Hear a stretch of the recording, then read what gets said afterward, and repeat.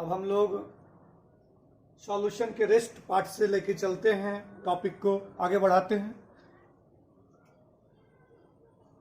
On the basis of classification में जहां से हम छोड़ दिए थे वहां से आगे लेके चलते हैं। On the basis of solvent, on the basis of solvent,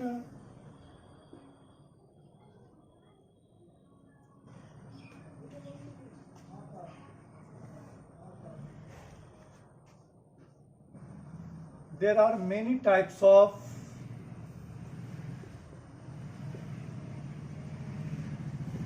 solution.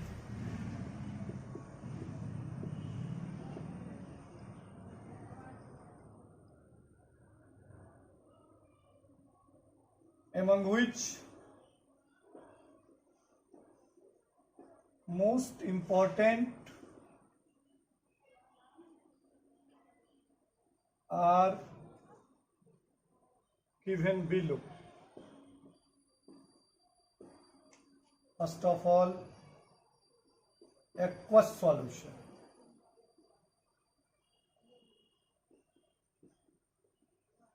Aqueous solution, it means वैसा सॉल्यूशन जिसमें सॉल्वेंट के रूप में वाटर हो, उसे हम एक्वस सॉल्यूशन कहेंगे।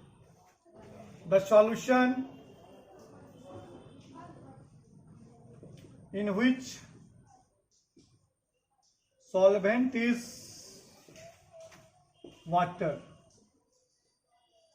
एग्जाम्पल देखेंगे, KOH aqueous, NaOH aqueous, etc. Alcoholic solution.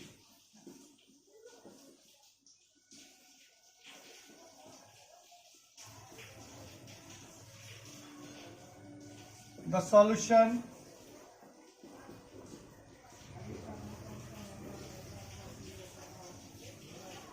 in which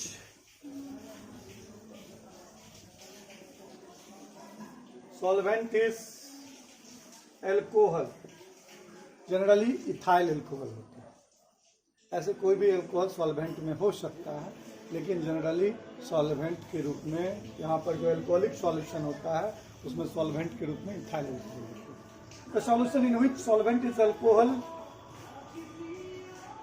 example दे देंगे, KOH alcoholic, NaOH alcoholic, it is ठीक है, उतार लीजिए, लिख लिए। अब हम देखते हैं आगे तीसरा, benzoic solution.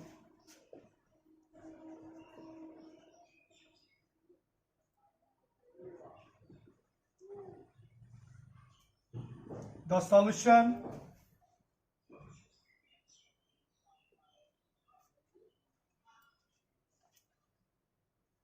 in which solvent is benzene.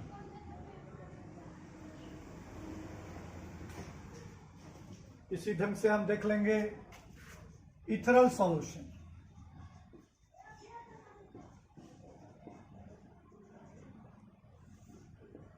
The solution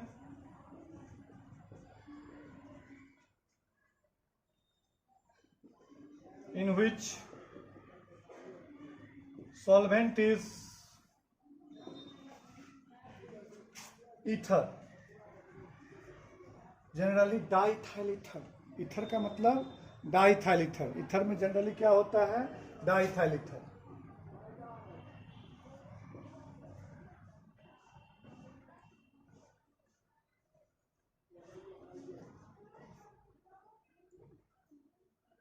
and so on, इसी तरह से चलेंगे। एक पॉइंट और नोट में रख लेना है हम लोगों को। नोट में क्या रखना है, सॉल्वेंट की अगर चर्चा नहीं हो, सॉल्वेंट के बारे में डिस्कशन नहीं किया गया हो, तो समझ जाएंगे कैसा सॉल्यूशन होगा, aqueous solution. water, because water is universal solvent, because water is universal solvent. The common solvent is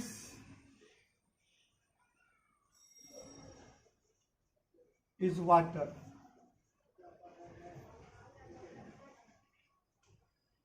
अब हम लोग देखेंगे on the basis of definite amount.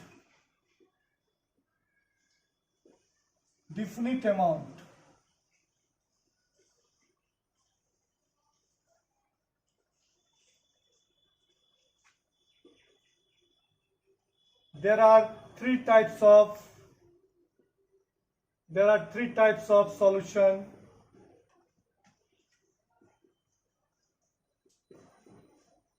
ये सबसे ज्यादा इंपॉर्टेंट है, ये सबसे ज्यादा महत्वपूर्ण है, जगह जगह ये चर्चा में आएगा. Unsaturated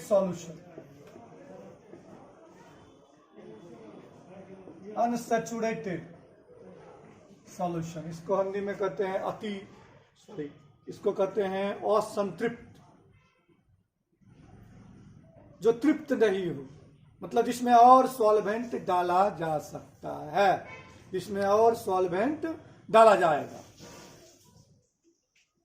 At a particular temperature,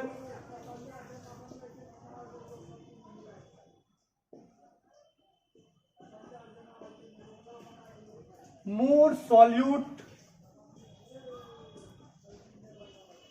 can be added into the solution.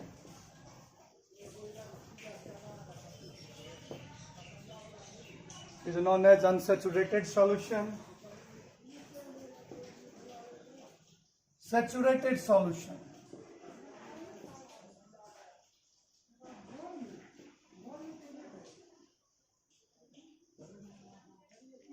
इसमें क्या करेंगे, पर्टिकुलर टेम्परेचर पर जब किसी सॉल्यूशन में मैक्सिमम अमाउंट ऑफ सॉल्वेंट डाल दिया जाए तो उसे हम सैचुरेटेड सॉल्यूशन कहेंगे. At the particular temperature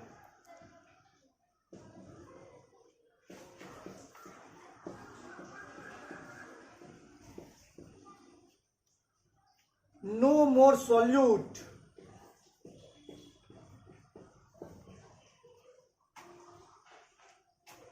can be added into the solution.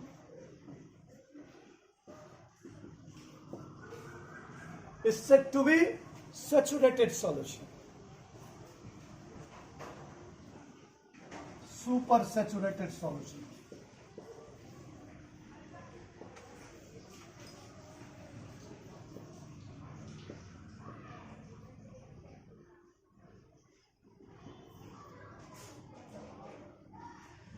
Either increase in temperature or decrease in temperature, no more solute can be added into the solution.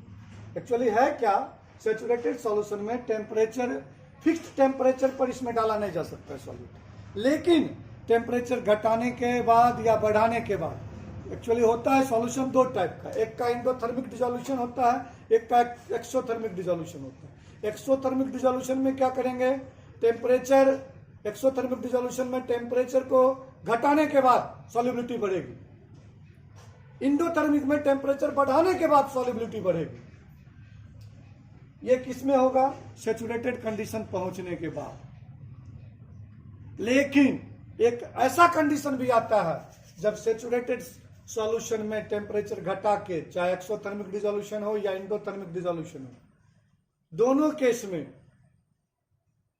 देखें, common लेके हम कर रहे हैं, तो दोनों केस को हम इसमें सम्मिलित कर लेते हैं. तो either increase in temperature or decrease in temperature, no more solute can be added into the solution. Such solution is known as supersaturated solution. When more solute is added into supersaturated solution, precipitation will start. यदि super saturated solution पहुंचने के बाद, इस condition super saturated condition पहुंचने के बाद super saturated solution में यदि सॉल्यूट डाल रहे हैं तो क्या होगा, प्रिसिपिटेट कर जाएगा। सॉल्यूट मॉलिक्यूल क्या करेगा, प्रिसिपिटेट कर जाएगा। सॉल्यूट मॉलिक्यूल प्रिसिपिटेट कर जाएगा तो क्या लिखेंगे,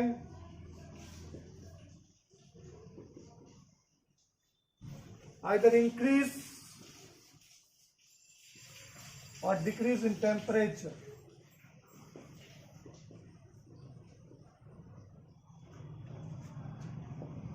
No more solute can be added into the solution.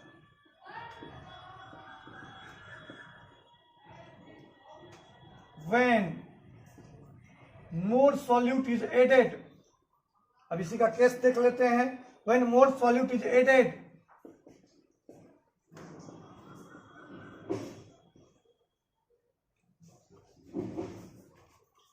into supersaturated solution,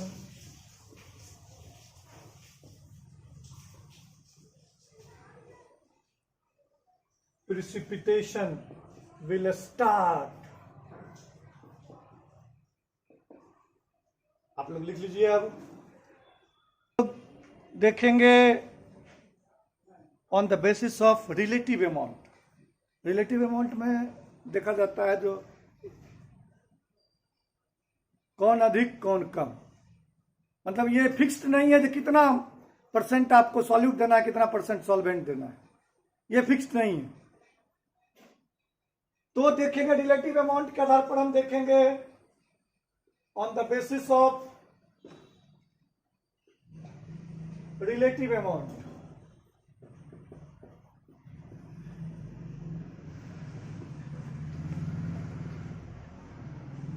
On the basis of relative amount, there are two types of solution: dilute solution and conc solution. Dilute solution, ये कोई definite कह सकते हैं, जो है ना, सीमा नहीं है, लिमिट नहीं है, कब डाइल्यूट बोलेंगे कब। ये कंपैरिजन में होता है, जब दो सॉल्यूशन को हम तुलना में लाएंगे तभी बात कह सकते हैं, ऐसे नहीं बोल सकते हैं। अगर हम एज फॉर एग्जांपल ले लें, अगर आप सल्फ्यूरिक एसिड ले लेते हैं, एक में 20% है, एक में 30% सल्फ्यूरिक एसिड। 20% H2SO4 solution. देखिए, इसको बेहतर तरीके से एग्जांपल के तौर पे भी हम समझ सकते हैं।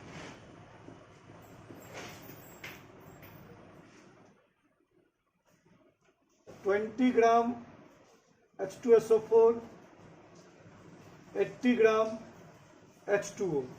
क्योंकि सॉल्वेंट के बारे में कोई मेंशन नहीं है, सॉल्वेंट क्या होगा, वाटर होगा।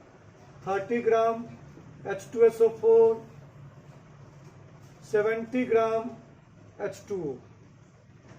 अब देखेंगे सॉल्यूट का अमाउंट किसमें कम है, जिसमें कम होगा वो डाइल्यूट कहलाएगा, जिसमें अधिक होगा वो कंसंट्रेटेड सॉल्यूशन कहलाएगा। कंसंट्रेटेड सॉल्यूशन कहलाएगा। ऐसे ही हम तुलना करते हैं। जब दो सॉल्यूशन का कंपैरिजन हो तब हम देखते हैं डाइल्यूट और कॉन्क की बात आती है। तो डाइल्यूट सॉल्यूशन और दूसरा हो जाएगा कॉन्क सॉल्यूशन, इसको हम लोग कंसंट्रेटेड सॉल्यूशन कहते हैं।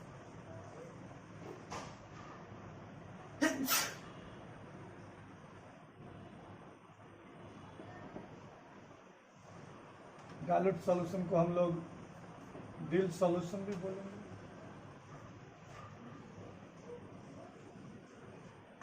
उतार लीजिए। सॉल्यूशन के क्लासिफिकेशन के बाद हम लोग अब देखेंगे स्ट्रेंथ ऑफ सॉल्यूशन और concentration of solution. Strength of solution,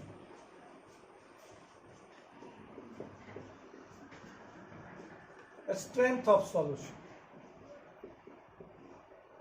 और concentration of solution.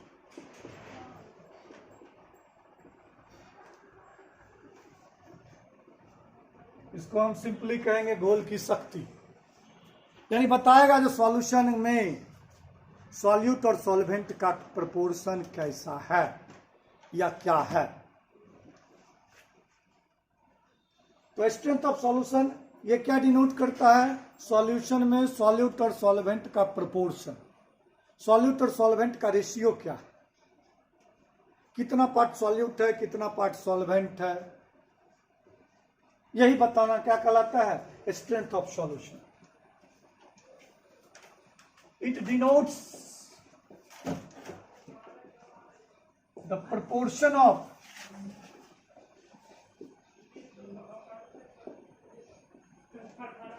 solute and solvent in the solution। ये जो स्ट्रेंथ ऑफ सॉल्यूशन है ये दो टाइप से होते हैं। On the basis of temperature इसको हम क्लासिफाई करते हैं दो टाइप से।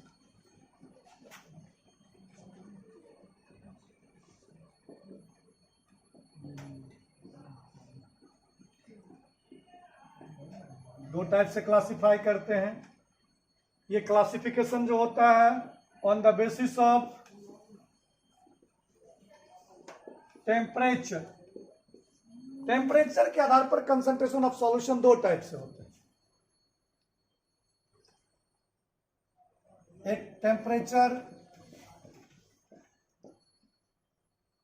Dependent factors,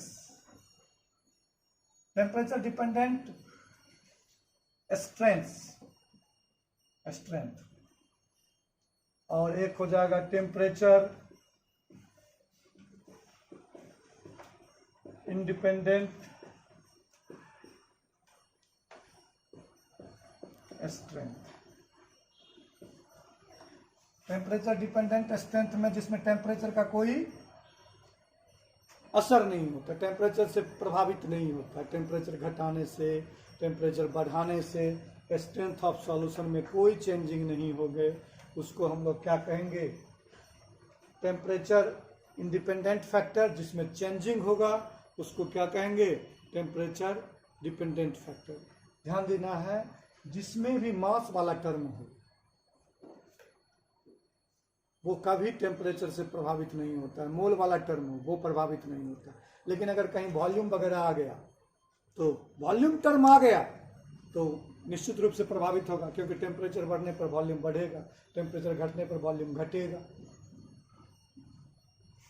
temperature independent factor की बात हम करते हैं तो इसमें आ जाएगा मास परसेंट।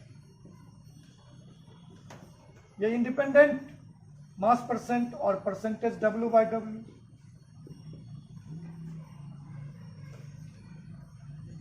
मास परसेंट होके उसके बाद मोल फ्रैक्शन, तीसरा हो जाएगा मोलैलिटी, चौथा हो जाएगा जनरली लोग इसको छोड़ देते हैं पीपीएम। 3 टर्म में होता है। पीपीएम का कंफ्यूजन क्या रहता है, पीपीएम 3 टर्म में होता है, एक मास के टर्म में, एक वॉल्यूम के टर्म में, एक मास बाय वॉल्यूम के टर्म में। 3 टर्म में पीपीएम होते हैं। तो पीपीएम जो यहाँ पे हम लिखे हैं टेम्परेचर इंडिपेंडेंट फैक्टर, जो टेम्परेचर से प्रभावित नहीं होगा वो पीपीएम कौन सा होगा, मास वाला।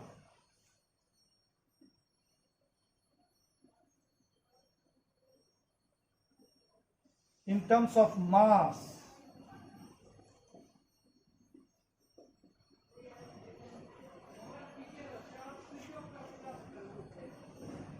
ध्यान दीजिएगा, टेम्परेचर इंडिपेंडेंट फैक्टर का एक और खूबी बता रहे हैं जो जनरली कंपटीशन में बोर्ड में प्राय रहते ही हैं इससे क्वेश्चंस।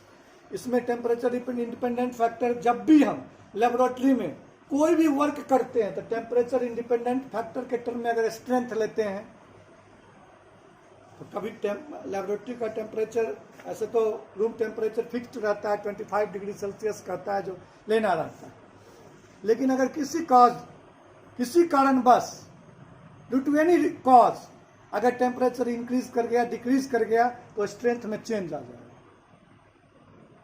इसलिए सबसे बेहतर होता है टेम्परेचर इंडिपेंडेंट स्ट्रेंथ को लेना। टेम्परेचर इंडिपेंडेंट स्ट्रेंथ अगर लेते हैं तो बेहतर होता है। यानी लेबोरेटरी वर्क के लिए कौन सा फैक्टर, कौन सा स्ट्रेंथ लेना होगा, टेम्परेचर डिपेंडेंट कि टेम्परेचर इंडिपेंडेंट? टेम्परेचर इंडिपेंडेंट लेना होगा हमको। एक क्वेश्चन भी रहता है, which of the following will not depends upon the temperature. तो वो हमेशा इस चार में से कोई एक ऑप्शन देखेंगे, तो वो चार में से चारों ऑप्शन करेक्ट है, तो चार में से एक अगर ऑप्शन इस चारों में से कोई मिलता है, इस चारों में से कोई एक जो है ना मिल जाए, तो समझिए क्या है, टेम्परेचर इंडिपेंडेंट। अगर मोर देन ये चार में से दो ऑप्शन मिल रहा है, इसका मतलब more than one option correct हो। तो ये देखना है, ये सब टेम्परेचर पर डिपेंड नहीं करते हैं। फलस्वरूप नहीं करने का फायदा क्या होगा, लेबोरेटरी वर्क में जब भी हम सॉल्यूशन का स्ट्रेंथ लेते हैं तो इसी चारों के टर्म में प्राय लिया जाता है।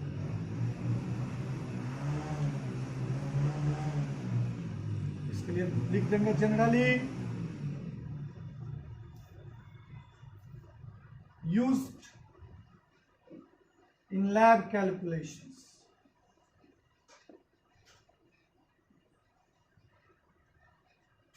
ऑब्जेक्टिव भी दे देगा, temperature dependent, volume percent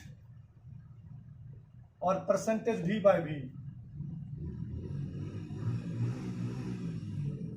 mass by volume percent और परसेंटेज W by V।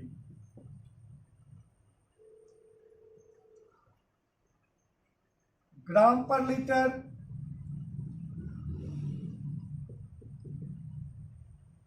और GL इनवर्स। ppm, ppm का यहां दो टर्म होगा, in terms of volume, in terms of mass by volume.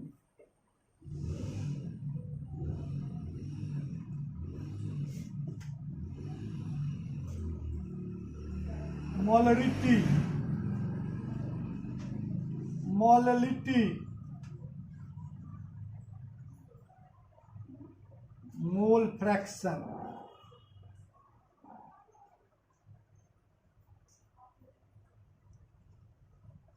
इसके अलावा एक और टर्म है नॉर्मलिटी, जिसको बोर्ड के बच्चे पढ़ने की इच्छा होगी तो पढ़ेंगे, नहीं तो ये कंपटीशन सेक्शन के लिए महत्वपूर्ण बनता है। नॉर्मलिटी जो है ये भी टेम्परेचर डिपेंडेंट फैक्टर होता है, लेकिन ये बोर्ड से अधिक आपको कंपटीशन सेक्शन के लिए ज्यादा महत्वपूर्ण माना जाता है। नॉर्मलिटी जो टर्म है स्ट्रेंथ वाला, ये भी टेम्परेचर डिपेंडेंट फैक्टर है। और आप नॉर्मलिटी वगैरह क्लियर रखते हैं तो इलेक्ट्रोकेमिस्ट्री पढ़ने में बहुत बेहतर होगा, क्योंकि वहां पे हमको पढ़ना है इक्विवेलेंट कंडक्टेंस, उसके लिए नॉर्मलिटी पढ़ना ही पड़ेगा। इसलिए बेहतर होगा, बोर्ड के साथ साथ कंपटीशन का भी ख्याल रहेगा और नेक्स्ट चैप्टर में पढ़ने में भी सुविधा होगी। हम इलेक्ट्रोकेमिस्ट्री में इस पार्ट को स्क्रैप करके निकलेंगे। ठीक है जी,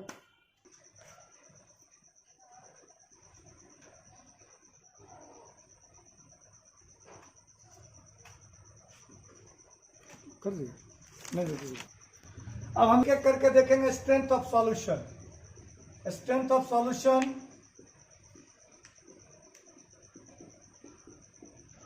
और कंसंट्रेशन ऑफ सॉल्यूशन,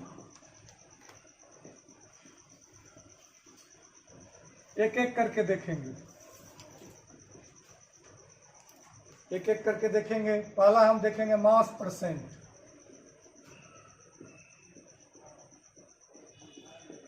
कहीं कहीं पर मास परसेंटेज भी लिखते हैं। वेट परसेंट,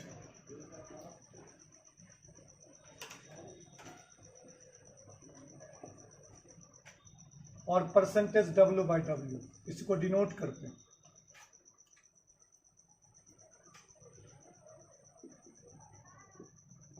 इसका क्या होगा, 100 ग्राम में कितना ग्राम सॉल्यूट है, 100 ग्राम सॉल्यूशन में कितना ग्राम सॉल्यूट है, उसी को हम लोग कहेंगे मास percent. The number of grams of solute present in 100 gram of solution is known as mass percent or mass percentage, denoted by, इससे डिनोट करेंगे percentage W by W. Sometimes it is also written as WT by WT.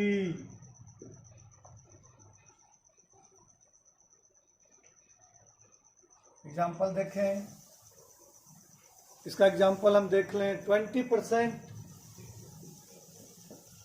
W by W glucose solution. इसका क्या मतलब हो गया, that is 20 gram of glucose is present in 100 gram of solution. Solvent कितना हो जाएगा, 80 ग्राम। 20 gram glucose है, इसमें 80 ग्राम क्या होगा, सॉल्वेंट होगा। सॉल्वेंट के बारे में कोई चर्चा नहीं, मतलब वाटर होगा। हम जब भी, अब इसका देखिए कैलकुलेशन मैथमेटिकली न्यूमेरिकल कैसे निकालेंगे, न्यूमेरिकली इस चैप्टर में ध्यान रखेंगे। जो एनसीईआरटी ने माना है, सपोज किया है, वही हम भी सपोज करेंगे। एनसीईआरटी जनरली सॉल्यूट को ए लेता है, सॉल्वेंट को भी लेता है, और अलग अलग बुक अलग अलग ढंग से ले सकता है। आप पी ले सकते हैं सॉल्यूट को, सॉल्वेंट को क्यू ले सकते हैं, अलग अलग तरीके से भी ले सकते हैं। जो एनसीईआरटी के अनुसार दिया जाता है तो हम उसी को लेकर आगे बढ़ते हैं। Let the solute A and solvent B, आप कुछ भी मान सकते हैं, अलग भी मान सकते हैं, पी क्यू मान लीजिए, कोई दिक्कत नहीं।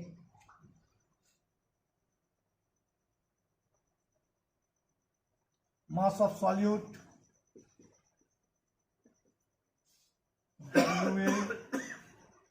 ग्राम में ले लेते हैं, तो mass of solvent WB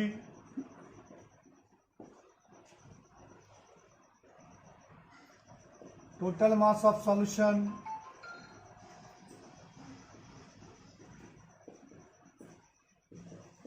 WA plus WB percentage mass of solute in solution. क्या हो जाएगा, इसका परसेंटेज निकालना हो, न्यूमरेटर टोटल, नीचे हो जाएगा मल्टीप्लाइंग 100। इसी ढंग से percentage mass of solvent in solution WB upon WA plus WB multiplying क्या हो जाएगा 100। उतार लें। अब हम लोग देखेंगे second strength, volume percent.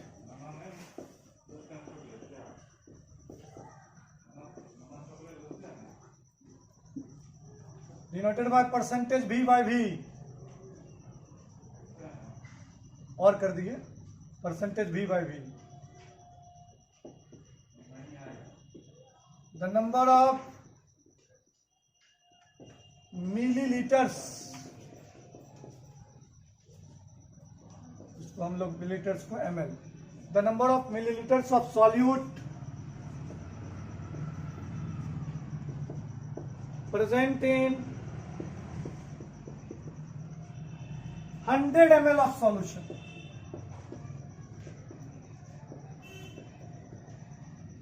is known as volume percent, denoted by percentage V by V,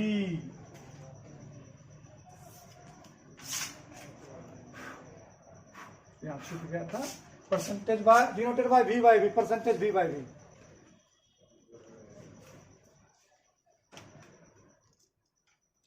example देख लें, 2-4 एग्जाम्पल देख लें, कॉमन एग्जाम्पल देंगे इसका। जो भी एग्जाम्पल रहेगा इसको ध्यान रखेंगे, जनरली क्वेश्चन ऑब्जेक्टिव वगैरह में देता है। 40% V by V formaldehyde solution, formaldehyde हो गया HCHO सॉल्यूशन। इस सॉल्यूशन का एक स्पेशल नाम है 40% V by V formaldehyde solution. आप इसका यूज डिसइंफेक्टेंट के रूप में भी कर सकते हैं, लेकिन खतरनाक है, स्वास्थ्य के लिए खतरनाक है। अभी तो कोरोना के चक्कर में ये सब इसका यूज कर सकते हैं। इसको फॉर्मलिन के नाम से बाजार में बेचते हैं।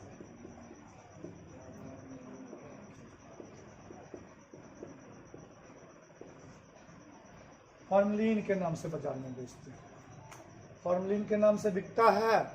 और ये उपयोग क्या करते हैं, बायोलॉजिकल स्पेसिमेन के प्रिजर्वेशन, यानी जैविक नमूने आप लेबोरेटरी में देखते होंगे, बायोलॉजी के लेबोरेटरी में देखते होंगे, सांप, मेढक, छिपकली, ये सब जो है ना प्रिजर्व करके रखते हैं। वो किसमें रखते हैं प्रिजर्व करके? फॉर्मलिन।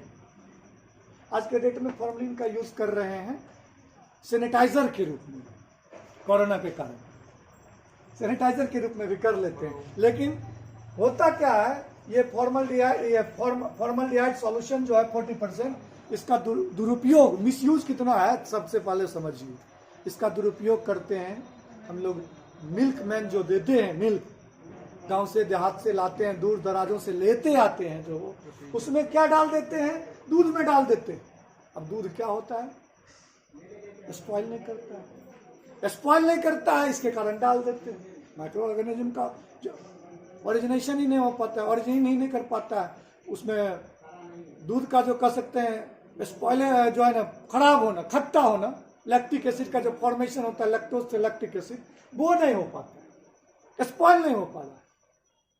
लेकिन क्या है, ये फॉर्मल्डिहाइड बॉडी के अंदर जाने के बाद, बॉडी के अंदर जाने के बाद क्या होते हैं, बॉडी के अंदर जाने के बाद फॉर्मिक एसिड का बना फॉर्मेशन करते हैं, जो किडनी डैमेज करते हैं। यानी आने वाले समय के लिए अगर दूध में आप ऐसे मिले हुए दूध को पीते हैं तो किडनी फेल्योर, यानी रीनल फेल्योर, लीवर प्रॉब्लम, ये सब क्रिएट हो रहा है।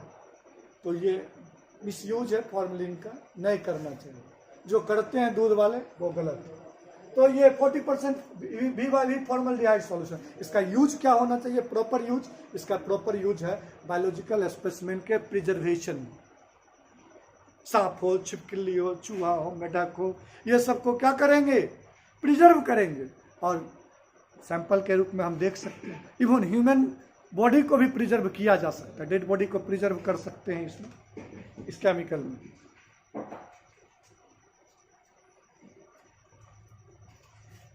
That is 40 ml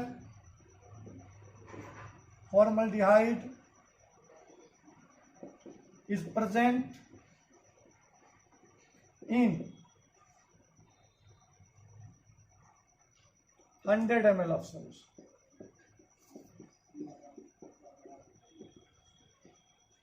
एक और एग्जांपल हम देंगे जो कि पॉपुलर है, एनसीईआरटी से उठा के दे रहे हैं। 35% V by V ethylene glycol solution.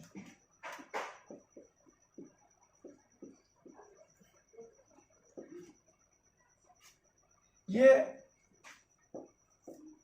Anti freeze mixture का फॉर्मेशन करते हैं।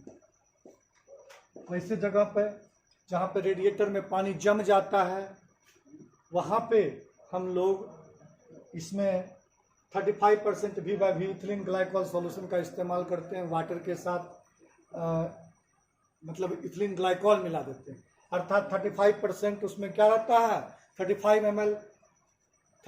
ml उसमें इथिलीन ग्लाइकॉल रहता है, और 100 ml सॉल्यूशन में 35 ml इथिलीन ग्लाइकॉल रहता है, रेस्ट इसमें वाटर आता है, यानी 65 ml। इससे क्या होता है, रेडिएटर का जो पानी है वो 0 डिग्री सी पर फ्रीज नहीं करता है, उसका टेम्परेचर जो हो जाता है लोअर हो जाता है, नीचे जाके जमेगा। It lowers the freezing point of water. Freezing point water को क्या कर देते हैं, ये कम कर देते हैं। इसी सॉल्यूशन चैप्टर में हम लोग पढ़ेंगे, एक टॉपिक आएगा क्वालिटेटिव प्रॉपर्टी, उसमें हम लोग देखेंगे डिप्रेशन इन फ्रीजिंग पॉइंट। ये फ्रीजिंग पॉइंट को क्या करेंगे, कम करेंगे। फ्रीजिंग पॉइंट को क्या कर देगा, कम कर देगा। ये इतना कम करता है actually, it lowers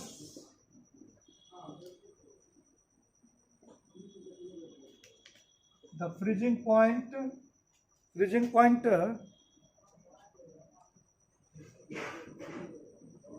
it lowers the freezing point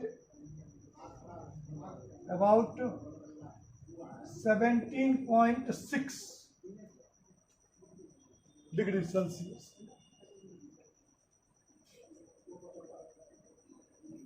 इतना कम कर देता है। यानी अब जब इसका मिक्सचर रहेगा, इसका फ्रीजिंग पॉइंट कितना हो जाएगा, -17.6 डिग्री सेल्सियस। मतलब उतना कम कर देगा। 0 से कितना कम कर देगा, इतना कम करेगा। 0 से इतना कम करेगा मतलब निगेटिव में आ जाएगा वैल्यू। 0 से, ये हम पॉजिटिव यहाँ लिखे हैं, इसका मतलब यहाँ पे निगेटिव लिखे हैं, इसका कंफ्यूजन नहीं रहना है। यहाँ पे क्या करेगा, ये 0 से 17.6 डिग्री सेल्सियस क्या करता है, कम करता है। इसका मतलब निगेटिव हो जाता है इसका freezing point. That is 35 ml ethylene glycol is present in 100 ml of solution। लिख लें।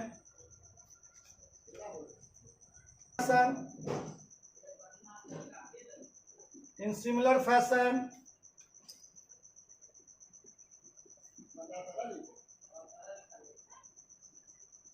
Volume percent of solute in solution, इसको कैसे निकालेंगे बाबू। यहाँ पे सॉल्यूट को ए माने हैं, सॉल्वेंट को बी माने हैं। सॉल्यूट के वॉल्यूम को भी ए मान लेंगे, सॉल्वेंट का भी ए हो जाएगा, बी ए ml में अपॉन बी ए प्लस बी, जैसे कि हम ले लिए थे वहां पे मास परसेंट। उसी ढंग से वॉल्यूम परसेंट ऑफ अगर सॉल्वेंट निकालना होगा, बी अपॉन बी ए प्लस बी मल्टीप्लाइंग 100। अब तीसरा स्ट्रेंथ हम देखेंगे,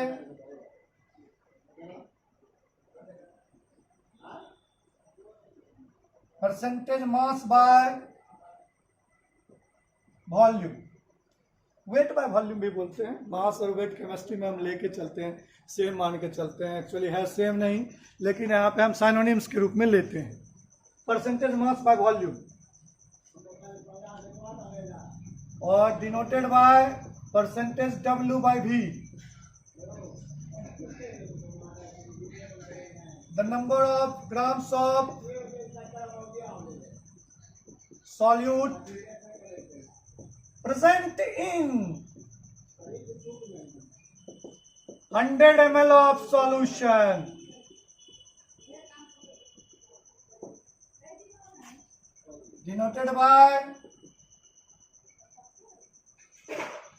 denoted by percentage W by V।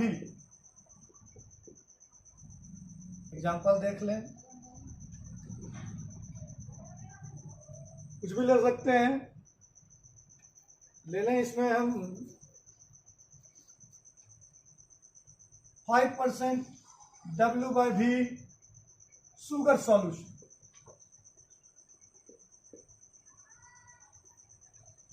that is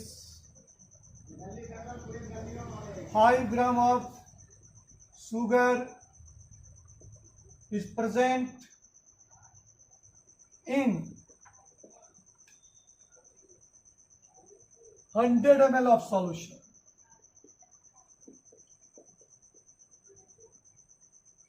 5 gram sugar present है कितना में, 100 ml ऑफ सॉल्यूशन में प्रेजेंट है। 5% W/V का मतलब लिख लें। अब इसके बाद हम इसके रिलेशन के बारे में बताएंगे, लिख लें। इसके बाद अब हम लोग रिलेशन बिटवीन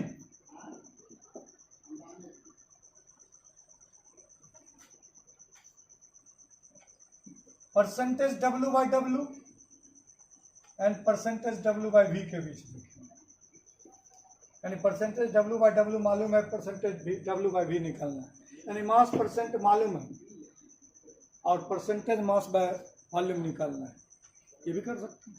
तो इसके लिए हमको क्या होना चाहिए, एक कॉमन सा फैक्टर होना चाहिए, इसमें क्या, डेंसिटी। डेंसिटी इक्वल टू क्या होता है, as we know that density equal to mass upon volume, mass equal to, ठीक है चलेंगे, मास को हम W से भी डिनोट करेंगे, वॉल्यूम को भी, डेंसिटी को डी स्मॉल भी कर दें, कैपिटल भी कर दें, कोई दिक्कत की बात नहीं है, डी कहिए, रो कहिए, कैपिटल डी कहिए, जो लेने का इच्छा है ले सकते। जो है ना वेट, मास को हम W से भी ले सकते हैं, स्मॉल m से भी ले सकते हैं, क्योंकि केमिस्ट्री में हमको मास और वेट के रूप को जो है ना अलग अलग नहीं समझना, सेम समझना है। क्यों समझना है, क्योंकि यहाँ पे जनरली हम फिजिक्स में पढ़ते हैं mass equal to small m और वेट इक्वल टू क्या समझते हैं, product of mass into gravitational acceleration. क्योंकि यहाँ जी कॉमन है, सब बॉडी में लगेगा ही लगेगा, इसलिए मास और वेट को सिनोनिम्स के रूप में समझेंगे। तो यहाँ पे W, मास को W भी मान लें, वॉल्यूम तो देखेंगे परसेंटेज W/V देखेंगे, W/V का मतलब परसेंटेज मास अपॉन वॉल्यूम, इसको हम सिंप्लीफाई करेंगे, परसेंटेज मास, वॉल्यूम नीचे, तो वॉल्यूम नीचे है, हम अगर वॉल्यूम को भी फिर से सिंप्लीफाई करें, वॉल्यूम बराबर क्या हो जाएगा बोलिए, ऊपर वाले इक्वेशन से क्या ले लेंगे, V बराबर क्या होगा, W/D, यानी percentage W/V equal to percentage W/W multiplying D। यानी अगर हम सॉल्यूशन का डेंसिटी जानते हैं तो हम परसेंटेज मास बाय वॉल्यूम और परसेंटेज मास में रिलेशन निकाल सकते हैं। वह D इक्वल टू, D क्या है, डेंसिटी ऑफ सॉल्यूशन, इसको रो से भी डिनोट करते हैं, हम रो भी लिख दिए कैपिटल D से, density of solution. Sometimes it is also known as specific gravity of solution, same value हो, सॉल्यूशन का स्पेसिफिक ग्रेविटी और डेंसिटी का वैल्यू मैग्नीट्यूड सेम है। यहां तक हम लोग देख लें और लिखें। चौथा स्ट्रेंथ होगा ग्राम पर लीटर, और इसको डिनोट करेंगे किससे, GL इनवर्स, नाम से जाहिर है, ग्राम पर लीटर। 1 लीटर सॉल्यूशन में कितना ग्राम, 1 लीटर सॉल्यूशन में कितना gram solute. The number of grams of solute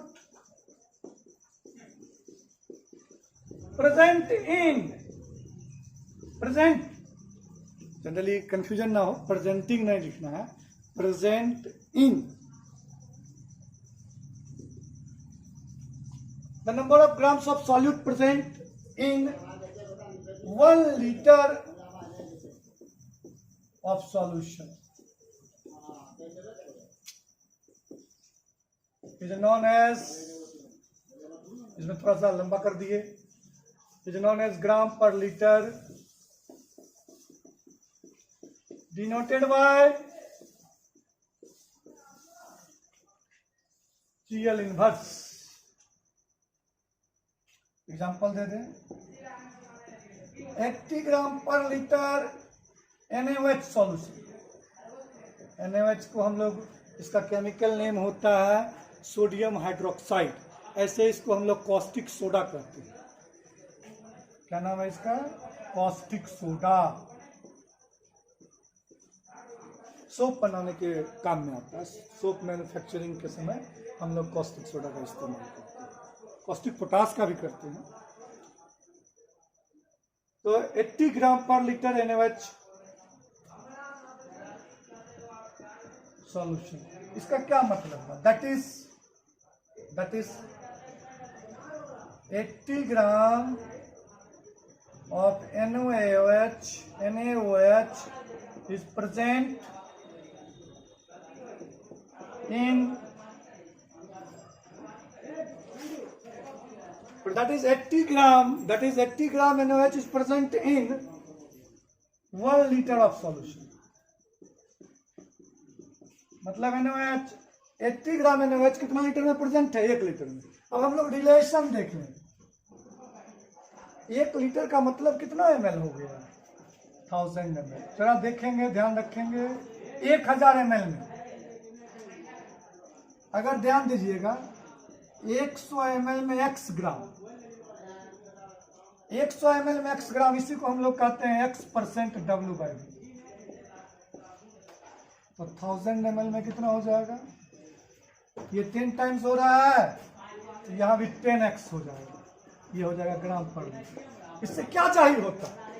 अगर हम रिलेशन देखेंगे ग्राम पर लीटर में, रिलेशन बिटवीन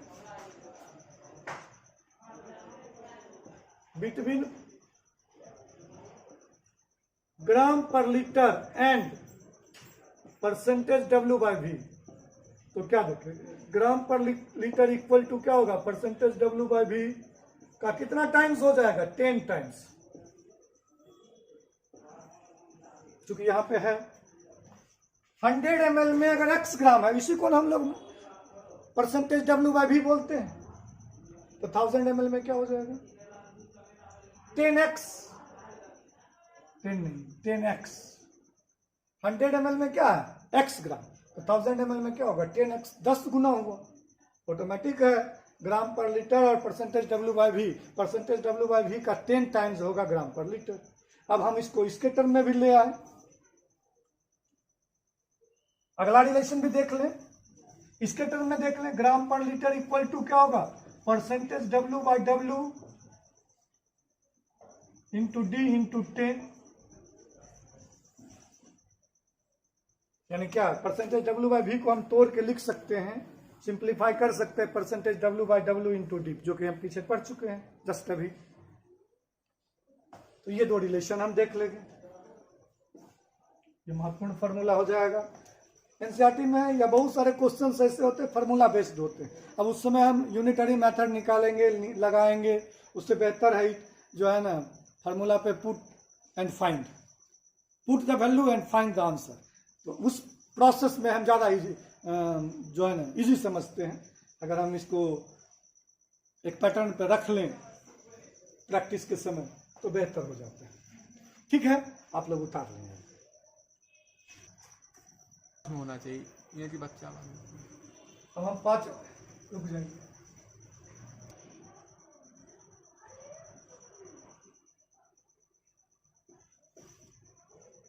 अब हम 5वां देखेंगे स्ट्रेंथ ऑफ सॉल्यूशन में। 5वां पॉइंट, पार्ट पर मिलियन। इसको हम ppm से डिनोट करते हैं। एक्चुअली होता क्या है, यहाँ पे ध्यान रखेंगे, 1 मिलियन इक्वल टू होता है 10⁶। 1 बिलियन में लिख लें, शुरुआत है तो 1 बिलियन 10⁹। 1 ट्रिलियन 10⁻12। और भी आगे बढ़ते हैं तो मिलियन का मतलब होता है 10⁶, यानी 10 लाख। 10 लाख भाग में कितना भाग जो है ना सॉल्यूट। सॉल्यूशन के 10 लाख भाग में कितना भाग सॉल्यूट है उसको हम लोग कहते हैं पार्ट पर मिलियन। उतार लें आप लोग थोड़ा सा ये समझ। तो 1 मिलियन इक्वल टू 10⁶। उसी टर्म में अगर 1 मिलियन में कितना पार्ट है उसको कहेंगे पीपीएम, 1 बिलियन में कितना है उसको पीपीबी, 1 ट्रिलियन में कितना है यानी 10⁻12 पार्ट में कितना है उसको पीपीटी। इससे हो जाएगा पीपीएम, पीपीबी, इसका हो जाएगा पीपीटी, क्वाड्रिलियन भी होता है 10⁻15, पीपीक्यू। ये स्पेशली यूज क्या होता है, इसका स्पेशली यूज होता है ये पीपीएम, पीपीबी, पीपीटी। एक यूज तो कर सकते हैं एयर पॉल्यूटेंट्स को हम पीपीएम में मेजर करते हैं। जस्ट अभी लॉकडाउन में पता चल रहा है, जो लॉकडाउन के कारण अब इन्वायरमेंट काफ़ी फ्रेश हो गया, एयर क्वालिटी इंडेक्स अच्छा हो गया। ये एयर क्वालिटी इंडेक्स जो मेजर करते हैं, ये सब मेजरमेंट जो होता है पीपीएम, पीपीबी, पीपीटी, एक्यूआई के टर्म में रहता है, जो इस शहर का एक्यूआई कितना है, इस शहर का एक्यूआई कितना है। अब एक्यूआई से ही हम लोगों का जो है ना पता चलता है जो वहाँ पे कितने लाइफ स्टाइल बेहतरीन ढंग से है, यानी वहाँ जीने के लिए अच्छी हवा है कि नहीं, इस पर डिपेंड करता है एक्यूआई। उसको भी मेजर करते हैं पीपीएम में, पीपीबी में, पीपीटी में। एयर क्वालिटी इंडेक्स 0 से 50 के बीच अगर एयर क्वालिटी इंडेक्स होता है तो कहता है ये बहुत बेहतर है, ये सरवाइव करने के लिए ये जो एटमॉस्फेयर है सबसे बेहतर है। और 200 से जो ऊपर हो जाता है एयर क्वालिटी इंडेक्स, समझ जाइए काफ़ी ज़्यादा खतरनाक। बाकी 50 से लेके 100 तक मॉडरेट है, ऊपर जितना गया अनहेल्दी है। 200 से प्लस जाता है तो हैजार्डस है। मेट्रोपोलिस में तो प्लस ही रहता था, 200 से प्लस ही रहता था। लेकिन इस लॉकडाउन में कुछ कमियां आई, कुछ क्या बहुत ज़्यादा नीचे आ गया ग्राफ इसका। व्हीकल वगैरह नहीं चल रहे हैं, फैक्ट्री बंद है, इसके वजह से एयर क्वालिटी इंडेक्स अच्छा हुआ है। कह सकते हैं लाइफ सरवाइव करने के लिए बेहतर कह सकते हैं नेचुरल रिचार्ज हो गया, नेचर अपने आप को रिचार्ज कर लिया, फिर से अच्छे इन एटमॉस्फेयर की ओर लौट गए हैं हम लोग। तो एक लॉकडाउन का ये बहुत बड़ा फायदा है, बेनिफिट है हम लोगों के लिए। तो पार्ट पर मिलियन एयर में पॉल्यूटेंट्स, आप सॉइल में भी ट्रेस एलिमेंट को मेजर किया जाता है। इसमें कोबाल्ट कितना है, मैग्नीज कितना है, सल्फर कितना है, ये सब जो मेजरमेंट करता है वो सब उसी मेजरमेंट के हिसाब से ना हम लोग उसमें फर्टिलाइजर देते हैं, मैन्योर देते हैं। तो जो देते हैं या कोई भी जो एनपीके फर्टिलाइजर होता है, नाइट्रोजन फास्फोरस और पोटेशियम, नाइट्रोजन फास्फोरस और पोटेशियम, ये 3 जो देते हैं एनपीके जनरली जो रहता है, उसमें भी मेजरमेंट करके देता है। आप मिट्टी जांच कराइए, मिट्टी जांच कीजिए, तो मिट्टी जो जांच करेगा वो किसके टर्म में, पीपीएम में, पीपीबी में, पीपीटी में। इसलिए इसका हम बहुत ज़्यादा महत्व हो जाता है। तो हम देखते हैं पार्ट पर मिलियन के बारे में, ये 3 टर्म में होगा। In terms of mass,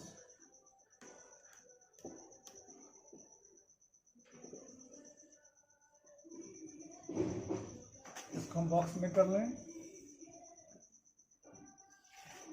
the number of grams of solute present in 10⁶ grams of solution is known as part per million.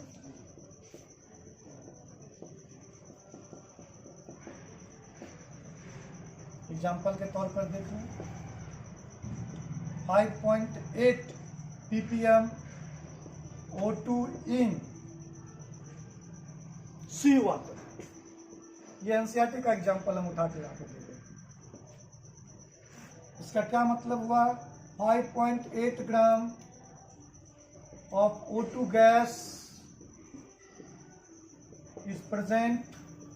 इसी ऑक्सीजन गैस के वजह से एक्वेटिक लाइफ सस्टेन करता, आगे बढ़ता है। जो भी एक्वेटिक एनिमल्स वगैरह होते हैं इसी ऑक्सीजन को लेके जीवित रहते हैं। 5.8 gram of O2 gas is present in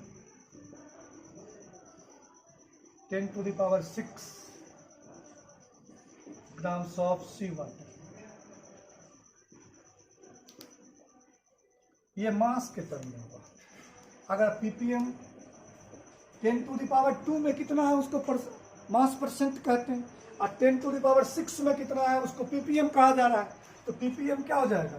percentage W/W में अगर हम 10⁴ से मल्टीप्लाई कर दे, देखिए रिलेशन 10⁻² और 10⁴, that is 10⁶।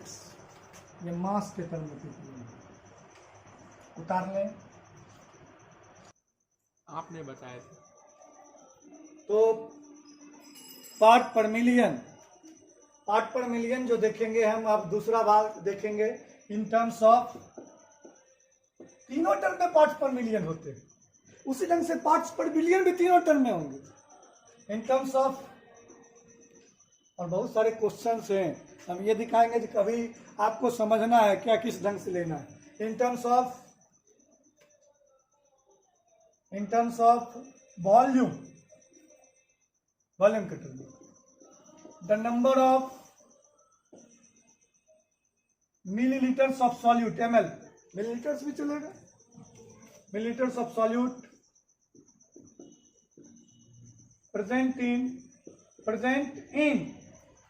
10⁶ ml of solution is known as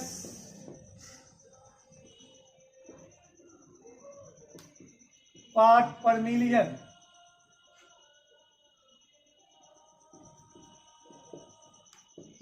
denoted by ppm। Example देख लें, 0.2 ppm SO2 gas in air. मान सपोज करें अपने सिटी में, आपके सिटी में SO2 का कंसंट्रेशन क्या है? 0.2 ppm SO2 है। इसका मतलब क्या होगा? 0.2 ml SO2 gas is present. बता रहे थे जो एयर में पॉल्यूटेंट्स को, एटमॉस्फेयर में पॉल्यूटेंट्स को मेजर करने के लिए ppm टर्म यूज करते हैं, चाहे मास के टर्म में हो, वॉल्यूम के टर्म में हो। आगे हम देखेंगे मास बाय वॉल्यूम के टर्म में। 0.2 ml SO2 gas is present in 10⁶ ml of air. अगर यहाँ भी रिलेशन की बात करें तो ppm और वॉल्यूम परसेंट में क्या देखेंगे? वॉल्यूम परसेंट का मतलब 10⁻² में कितना, तो 10 volume percent 10⁻² multiplying 10⁴, that is 10 क्या हो जाएगा? 6। That would be equal to 10⁻² multiplying 10⁴, that would be equal to 10⁶।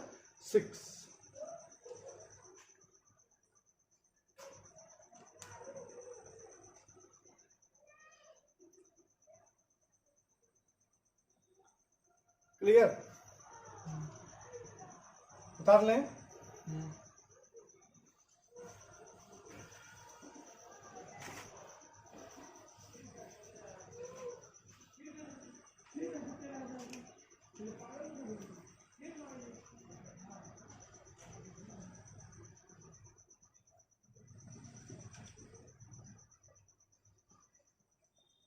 इसी में तीसरा टर्म देख लेंगे in terms of mass upon volume, W/V के टर्म में। The number of grams of solute present in 10 to the power 6 ml of the solution। यहाँ solute ग्राम में, solution ml में, यानी सॉल्यूट का मास मेजर करते हैं और सॉल्यूशन का वॉल्यूम मेजर करते हैं, डिनोटेड बाय ppm। ये मास बाय वॉल्यूम के टर्म में एग्जांपल के तौर पे देख लेंगे। 1 ppm फ्लोराइड आयन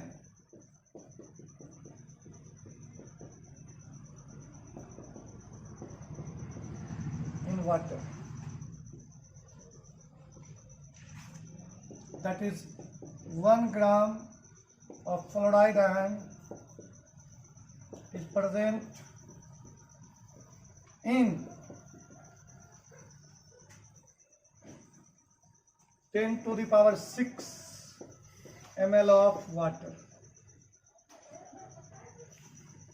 आगे हम चर्चा करेंगे वाटर में फ्लोराइड आयन रहने से या उसके कंसंट्रेशन से क्या इफेक्ट पड़ता है, अधिक रहने से, कम रहने से क्या इफेक्ट पड़ता है, इस बार हम कभी चर्चा करेंगे। अब यहाँ पे हम देखेंगे, यहाँ पे जस्ट केवल एग्जांपल के तौर पे 1 ppm fluoride ion in water, तो इसका क्या मतलब हुआ, 1 ग्राम फ्लोराइड आयन प्रेजेंट है कितना, 10 to the power 6 ml of water में।